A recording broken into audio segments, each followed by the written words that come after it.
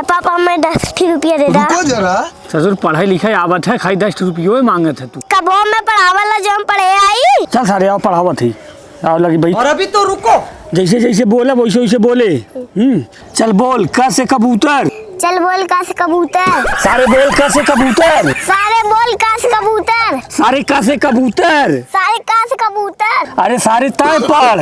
अरे सारे ते पढ़। अब्बा निकाल के सराऊ जूता जूता मारब तुम्हें। अरे सर वो बताऊं जूता जूता निकाल के मारा। करे सारे तो स्कूलों में का पढ़ा थे। अरे सारे ते स्कूलों में का पढ़ा थे। 10 सारे। 10 सारे। अरे सारे हम तो के कहा थई। अरे सारे हम तो के कहा थे। मारा सराऊ दुई तमाचा अब। मारा सर दूर चल। अरे सारे पढ़ ढंग से। अरे सारे पढ़ ढंग से। ठीक से कई ध्यान सराऊ। किससे कह दे सर। बोला सारे अपने मम्मी की। बुला सारे अपने मम्मी के। बस सारे नहीं हम तो के ना पढ़ाई। बस सारे मैं तो के पढ़ाई।